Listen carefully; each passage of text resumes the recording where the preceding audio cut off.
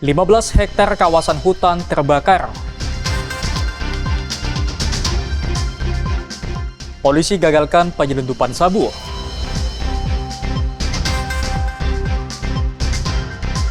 Raup cuan dari budidaya ayam American Silky.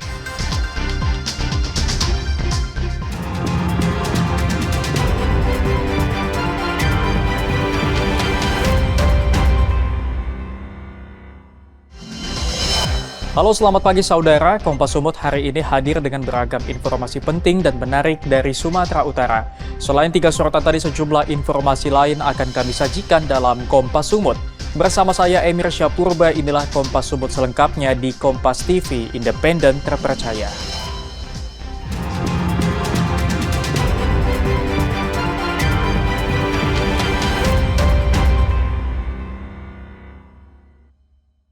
Saudara, sebanyak 15 hektar hutan di Desa Hutagaul, Kabupaten Toba terbakar. Petugas cukup kesulitan untuk mencapai titik api karena kondisi jalan terjal dan angin kencang.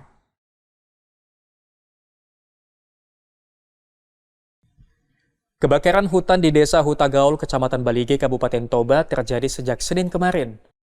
Diperkirakan luas hutan yang terbakar mencapai 15 hektar. Petugas tim gabungan baik dari KPH, Manggalana Agni, dan pemadam kebakaran telah berusaha mencapai titik-titik api. Beberapa titik api sangat sulit dijangkau petugas gabungan karena lokasi jalan yang terjal dan angin yang kencang. Petugas sendiri melakukan penyekatan-penyekatan agar api tidak semakin meluas. Sebelumnya, kawasan hutan di Berjuta Pohon, Kecamatan Tampakan, dan di Desa Sibuntuon, Kecamatan Balige juga terbakar. Terkait beberapa titik yang memungkinkan untuk langsung apinya diserang, kita melakukan beberapa penyekatan.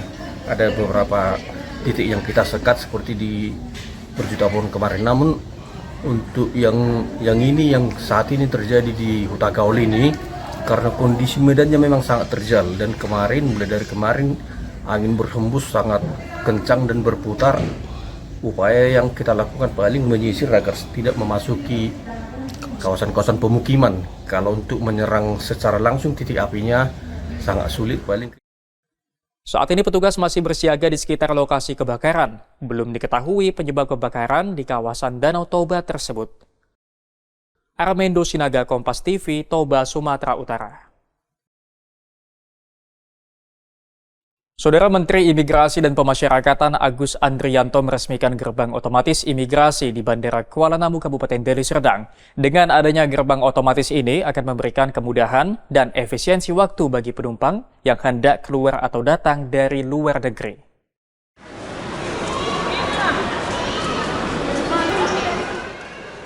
Bandara Internasional Kuala Namu kini dilengkapi gerbang otomatis atau autogate sebanyak 30 unit.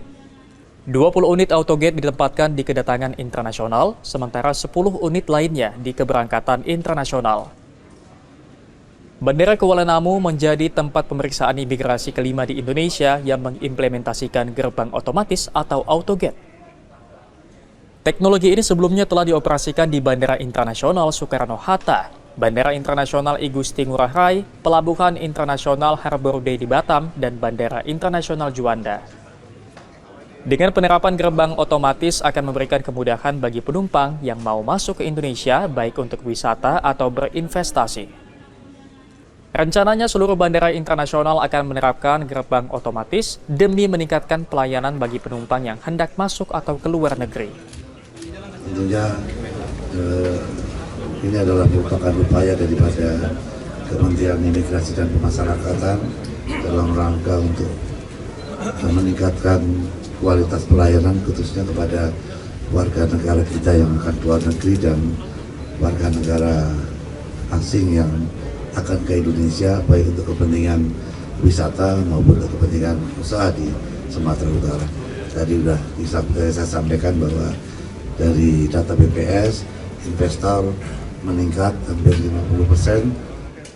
Menteri Imigrasi dan Pemasyarakatan Agus Andrianto juga meresmikan Pekerja Migran Indonesia Lounge, yakni ruang tunggu khusus untuk para pekerja migran yang akan berangkat bekerja ke luar negeri di Bandara Kuala Namu Internasional.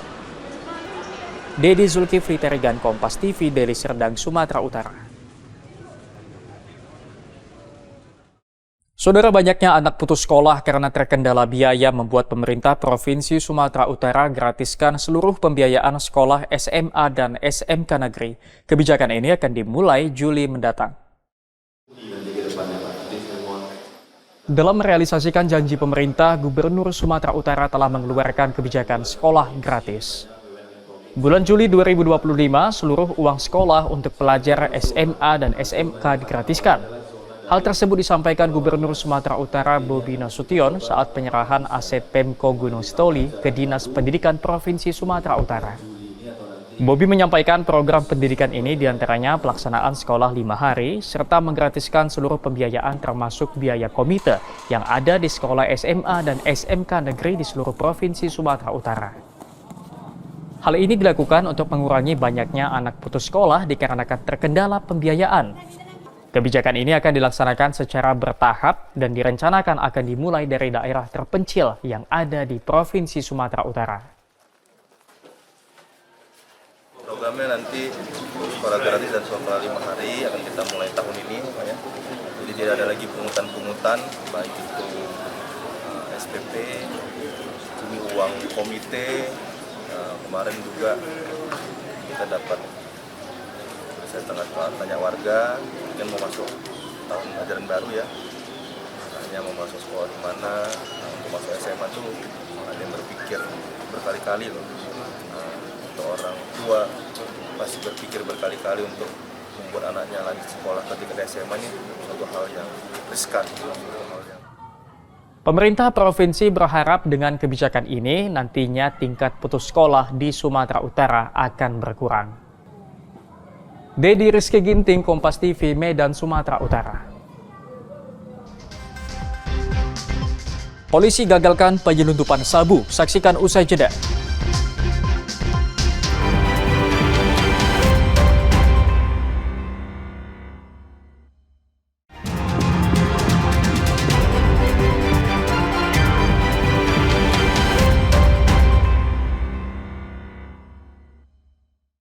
Masih bersama saya Emir Syapurba dalam Kompas Sumut. Saudara, petugas Direktorat Reserse Narkoba Polda Sumatera Utara menangkap 2 pelaku penyelundupan sabu dari Malaysia di perairan Asahan.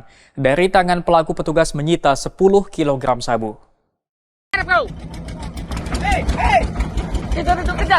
Kejar itu!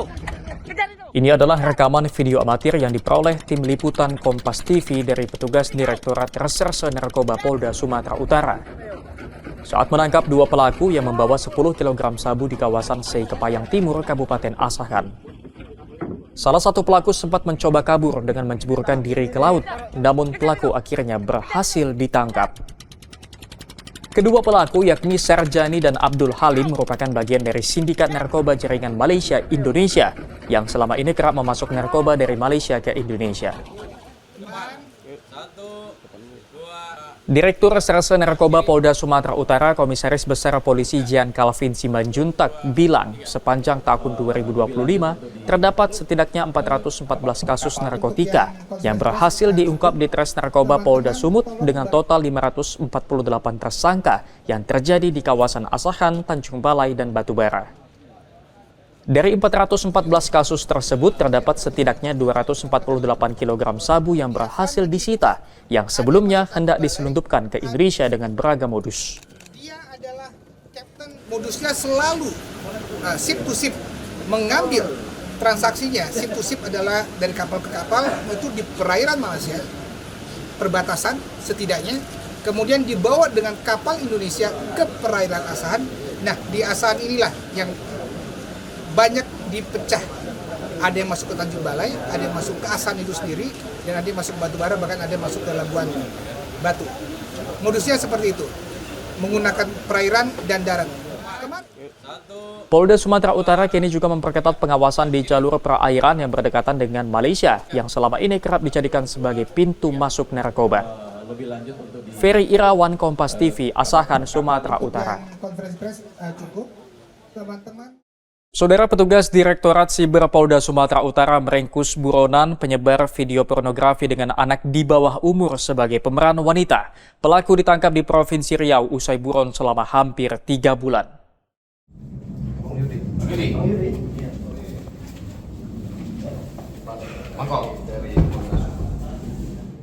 Tersangka berinisial YWS ditangkap di tempat persembunyiannya di Provinsi Riau. Pelaku diburu petugas Ditsiber Polda Sumut usai praktik jual beli video pornografi secara langsung dengan pemeran anak di bawah umur terungkap pada April lalu. Saat itu polisi meringkus pelaku yang berperan sebagai mucikari, pemeran pria dan pemeran wanita yang merupakan anak di bawah umur. Dalam praktiknya, pelaku berinisial YWS yang merupakan pengendali dan mengunggah foto para pemeran dan meminta penontonnya untuk memilihnya. Direktur Siber Polda Sumatera Utara Komisaris Besar Polisi Doni Sembiring bilang praktik penyebaran video pornografi yang dijalankan pelaku sudah berlangsung sejak November tahun lalu. Dalam praktiknya, pelaku membayar setiap pemeran dengan tarif kurang dari Rp500.000 dan proses pembayaran dilakukan melalui pelaku yang berperan sebagai mucikari.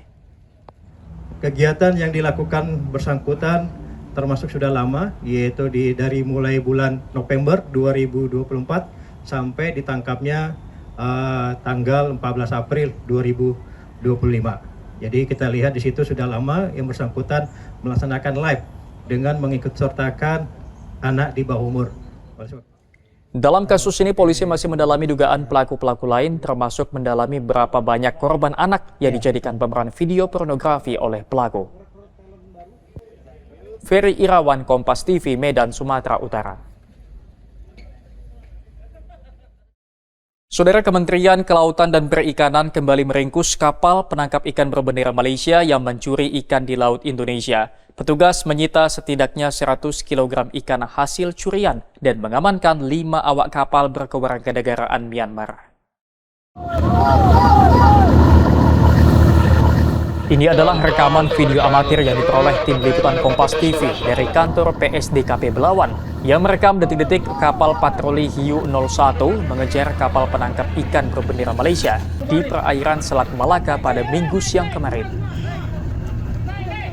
Untuk menghindari kejaran kapal patroli, kapal pencuri ikan asal Malaysia dan ABK 5 warga negara Myanmar ini sempat memutus jaring kapal dan berupaya keluar dari perairan Indonesia. Kepala Stasiun Pengawasan Sumber Daya Kelautan Perikanan Belawan, Syamsur Rohman, mengungkapkan dari kapal yang ditangkap disita setidaknya 100 kg ikan beragam jenis hasil pencurian dari Laut Indonesia.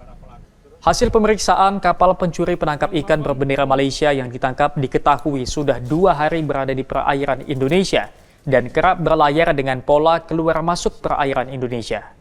Petugas juga menyita buku izin pelayaran yang sudah kadaluarsa, alat navigasi, dan sejumlah barang bukti lain.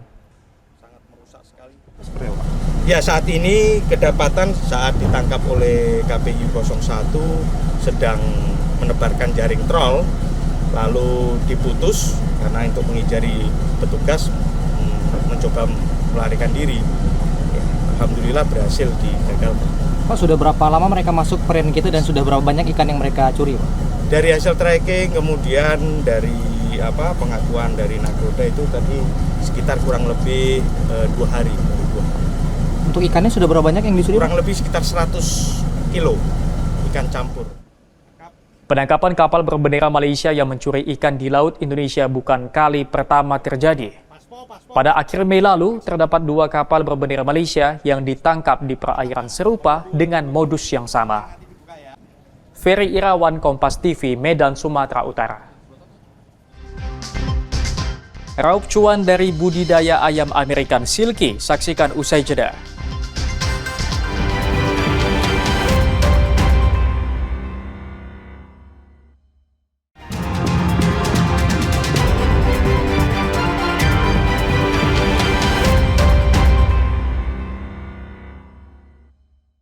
Masih bersama saya Emir Syapurba dalam Kompas Sumut. Saudara, berwisata di kaki Gunung Sinabung di Kabupaten Karo memiliki sensasi tersendiri. Di lokasi ini pengunjung dapat membangun tenda dan menikmati keindahan kaki Gunung Sinabung.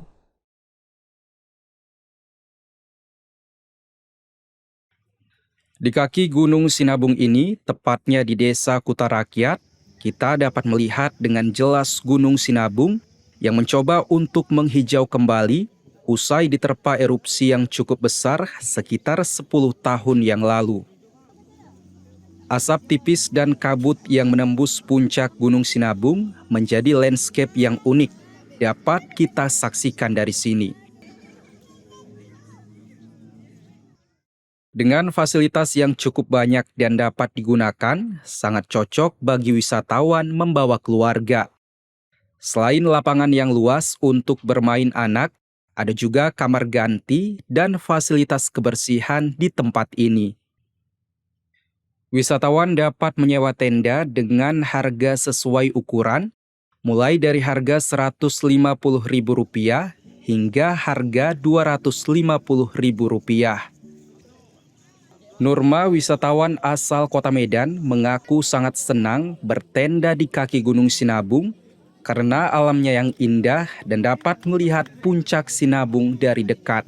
Pertama karena view-nya bagus juga, kita bisa nengok Gunung Sinabung dari deket tuh dengan jelas. Terus kayak kita camping sini tuh bisa ngerasain nyaman tempatnya bareng teman-teman juga. Kayak libur juga di sini. Kayak Menikmati alam. Ya, bisa menikmati alamnya lah yang bagus. Sementara itu, Aziza, wisatawan asal Malaysia, mengaku sangat senang dapat membawa keluarganya untuk bersantai di kaki Gunung Sinabung. Sebenarnya ini udah kali kedua kami ke lokasi ini. Kali pertama kita baru survey aja dulu. Ternyata tempat ini memang pemandangannya memang cantik sekali. Dan kemudian dari segi udaranya pun adem. Dan kalau untuk kami yang berfamily ini sangat sesuai kerana bisa parkirnya langsung di sini dan kemudian langsung dipacak tendanya di sini. Jadi dari segi suasananya bagus, dari segi fasilitasnya pun okey. Dan kami kalau berkeluarga ini kan ruangannya harus luas ya kan. Jadi anak-anak bisa berlari, bisa main bubble dan juga bisa santai-santai kayak ginilah sama dengan teman-teman dan juga sama dengan kami punya kaum keluarga dan saudara. Selain udaranya yang sejuk, pemandangan alamnya juga sangat indah.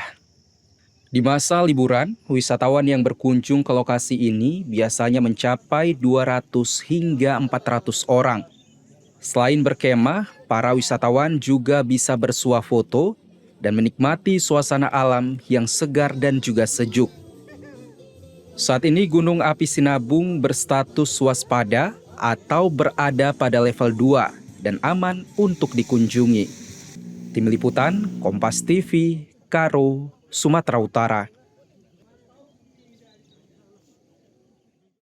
Saudara, berawal dari coba-coba, pemuda di Kabupaten Mandailing Natal, Sumatera Utara, raup keuntungan dari budidaya ayam impor American Silke. Ayam berpenampilan unik menjadi peluang usaha baru. Berawal dari browsing di media sosial, seorang pemuda tertarik memelihara ayam unik American Silke. Tahap awal, Rashid hanya memelihara 2 ekor dan diposting lewat akun pribadinya. Namun tanpa disadari, banyak komen warga dan berminat untuk membeli ayam miliknya. Melihat respon tersebut, Rashid kemudian mengembangkan ternak ayam silky berwarna putih dan hitam. Ayam berpenampilan unik dengan bulu lembut menutupi hampir seluruh badannya ini, kini sudah banyak dan diberi kandang sederhana. Menurut Rashid, beternak ayam unik ini tidaklah rumit. Hanya dengan memperhatikan ketersediaan pakan serta kebersihan kandang menjadi faktor yang menentukan. 3 tahun membudidayakan ayam ini, Rashid hanya memiliki 1 pasang indukan dan kini sudah memiliki 70 ekor ayam American Silke. Alhamdulillah, kalau ada anakan, kalau ada ready anakan di kandang, pasti habis kalau saat ini. Tapi kalau dari peminatnya dia kebanyakan dari luar kota. Dikirim ke misalnya ke Padang Sidimpuan, ke Rantau Prapat, ke Medan juga pernah diantar di sekitar. Artinya cukup menjanjikan lah di sini. Iya, cukup menjanjikan. Oh, untuk kendala sendiri selama ternak ayam seperti ini, kendala yang kita rasakan? Kalau kendalanya paling sekarang kan pakannya lagi mahal. Pemuda asal Kelurahan Siantar, Kabupaten Mandailing Natal ini mematok harga ayam silky Rp200.000 per pasang anakan. Peminat ayam American Silke kini berkembang, tak hanya di Kabupaten Madinah, namun luar daerah seperti Medan, Padang, Palembang, hingga Sumatera Selatan. Tim Liputan Kompas TV, Mandailing Natal, Sumatera Utara. Saudara, berbekal kreativitas seorang anak muda di Kota Medan berhasil mengolah limbah plastik menjadi aneka kerajinan yang bernilai ekonomi tinggi. Upaya pengelolaan limbah plastik ini juga merupakan kampanye pada masyarakat untuk ikut peduli menjaga lingkungan.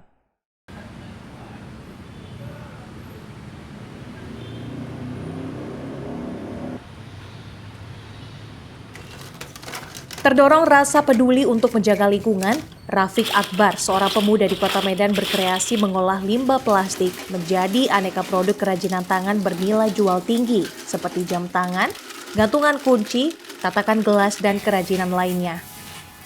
Di tangan terampilnya, limbah plastik seperti tutup botol plastik dipotong menjadi bagian-bagian kecil sebelum diolah menjadi satu lembar papan mall plastik.